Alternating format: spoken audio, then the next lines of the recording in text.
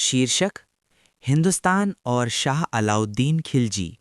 हिंदुस्तान एक ऐसी धरती जहां तख्त सिर्फ विरासत से नहीं, हिम्मत और चालाकी से मिलता था। इसी धरती पर उठा एक नाम, शाह अलाउद्दीन खिलजी। 1296 ईस्वी।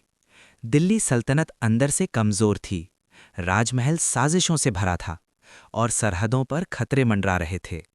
उसी दौर में अलाउद्दीन खिलजी ने सत्ता संभाली, न किसी आसान रास्ते से, न किसी नर्म फैसले से।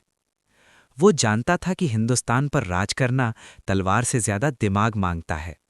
उसने सबसे पहले निगाह डाली बाजार पर। अनाज, कपड़ा, घोड़े, सबकी कीमतें तय की गईं, ताकि सिपाही भूखे न रहें और अमीर गरीब में फर्क कम हो। अलाउद्दीन खिलजी का हुक्म साफ था, राज तभी मजबूत होगा जब जनता और फौज दोनों मजबूत हों।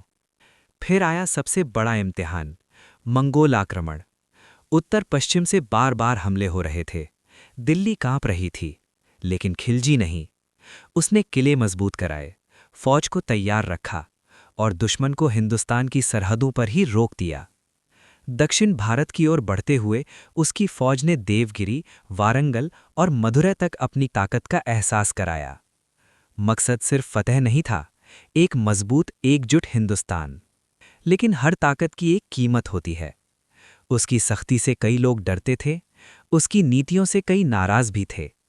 मगर सच ये था, उस दौर में अगर दिल्ली सल्तनत टूटी नहीं तो उसकी वजह अलाउद्दीन खिलजी ही था।